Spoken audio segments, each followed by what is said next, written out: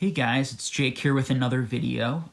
This video will be the second installment of a new series on the channel that I'm renaming right now, and it's going to be called Underappreciated, Underknown, and Possibly Undervalued Pokemon Cards. So in the second series, I wanted to highlight this wonderful set that I have in front of me. I have part of the set here. It's too big for the picture to include all of the cards I have, and I'm also still missing a few of the cards from this set because it's a rather big set with a lot of different Pokemon in it, a lot of our Gen 1 favorites here. And I chose this set because I think it has really unique, cool, and interesting art. You're going to see that theme from a lot of the cards that I choose and a lot of the sets that I choose. And really the goal for this series is to choose cards and sets that I don't hear people talking about that much, or just on occasion, or I feel like a lot of collectors would really fall in love with these sets if they knew about them and they knew about the history and the release. And so my goal is going to be to spread that information and get that information out there about these types of wonderful cards. So these are called, it's the Magi 1999 set. There was also a Magi 1998 set, which is also a gorgeous and beautiful set that I recommend people looking up. But I hear people talk a little bit more about that set, and I see those cards out there a little bit more, so I wanted to highlight this set in this video. So the Magi Sets, basically this set, you could get one card, the way it was released and distributed, is you bought a box of Magi chocolates in Japan, and you would get one of these cards at random from each box. So I believe you can, unless they've sold out, I believe you can go on eBay and actually buy a box of these chocolates to get the card. And last time I checked, I think these boxes were going for around $200 each, somewhere in that area. So, and you can pull one of these cards. You get exactly one card from each of those boxes. The quality of these cards, or the difficulty to get high grade, is very much an issue in trying to complete PSA 9 or PSA 10 versions of these. Out of those boxes of chocolates, I've seen a number of them pulled, and it's quite difficult to find 10s. You can get them, but it's tricky. It's a bit difficult. It's definitely not an automatic 10 per box. So pop reports on these are very low. A lot of these have only 7, 10, 15, 20 PSA 10 copies in the world. There are more 9s, but not a tremendous amount of 9s. And what else can I tell you guys about these on that front? In terms of prices, they definitely have increased quite a bit in price.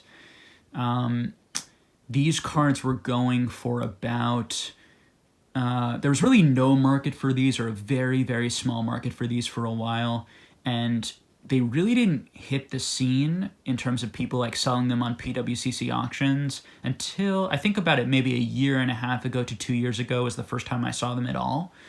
I know one big Japanese seller who started grading them and has some of the sealed product, and a lot of the times with these really cool Japanese cards, it's these Japanese sellers that first open the product and start to grade it and then send it over to the West, and that's how we kind of see it and learn about it, and where the market starts to build and get more popular in the West. So when these cards were first coming over, they were selling for pretty cheap. Something like some of the more popular arts that I have here, like a Blastoise in the back, or Mewtwo, Venusaur, an Eevee or a Gengar, or Mewtwo in the middle, or Squirtle, Lapras. It has a lot of popular Pokemon, Alakazam a little off camera. Those cards were going for, the more popular ones were going for probably $30 to $35 in PSA 9. I was seeing them sell for. The Charizard was going for about $100 to $75, occasionally a little bit under that.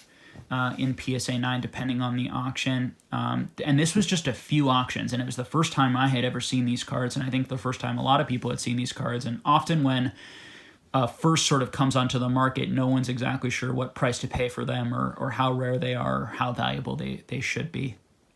So now these have gone up quite a bit in price. We do not see these too often being auctioned and being sold. You can certainly find a lot of these cards right now on eBay. I think that the asking prices on a lot of these cards are absurdly high on eBay, and much higher than they've ever sold for. So I would really recommend you, before quick purchasing any of these, to go look at the price history on PokemonPrice.com and think about about the price of getting a potential mint one, even a potential gem mint one, out of one of those chocolate boxes, and try and figure out what the prices still should be valued at. But these cards are certainly going for, most of them are going for hundreds, and some of the premium ones, particularly in tens, that's just in nines, particularly in tens, are going for many hundreds of dollars at the moment. So, but I still think that they're very under talked about and under known, in part because there just aren't that many of them, and because the pop reports are still low, and people just haven't seen a lot of these cards in person. And sometimes online it really doesn't do it justice how gorgeous they are in person. I can pick up some of them here just to show you guys a little bit closer. As sort of these trainer cards get more popular, such a cool card here, I think. I love this one, and some of the arts. So there are these embossed cards where they have these like ridges and raised parts of them. Really cool texture going on these cards. Love the colors. This reminds me of some of the early like Wizards of the Coast art. Really like that card.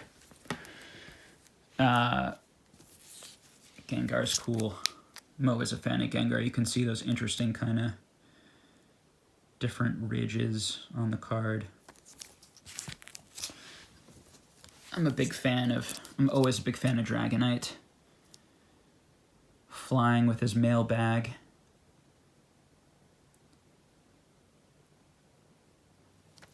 In person, these cards look really amazing. I think they look pretty good even on this camera. Togepi, cool art. Oh yeah, what I was going to say about this one reminds me of Southern Islands, the Southern Islands promos. Something about it. Jigglypuff, and you can see they have those interesting names on them. Porin, I don't know how to say it correctly. But these cards just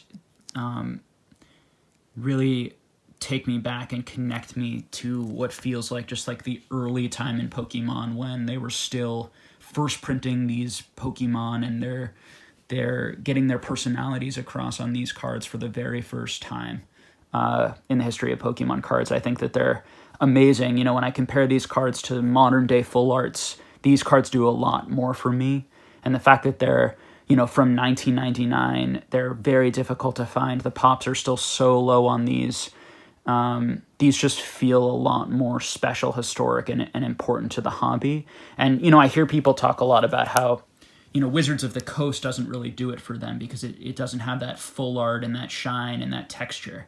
And so I just want to show people that there are options, there are vintage options, that although this isn't the TCG, and that may bother some people, there are vintage card options for you out there that might kind of feel a little bit more, or look a little bit more like some of the modern cards in terms of just being, shiny and having that texture and being those full arts. So I hope you guys enjoyed the video today. I think I will end it there. I'm going to have lots and lots of more videos in this series. There are many cards I want to cover, and I hope you guys are enjoying these videos, and I'll have another one for you. Probably try to do one every week or so, or likely maybe just sort of when I feel like it or feel up to it. I'm also away from a lot of my cards right now that I have in storage, and when I get a lot of those back, I will be there are a lot of cards I have in storage that I would love to show you, and some interesting unique cards from what I have stored away that I want to showcase on this series. So again, thank you all so much for watching, and I will see you all on the Sunday chat. All right, take care.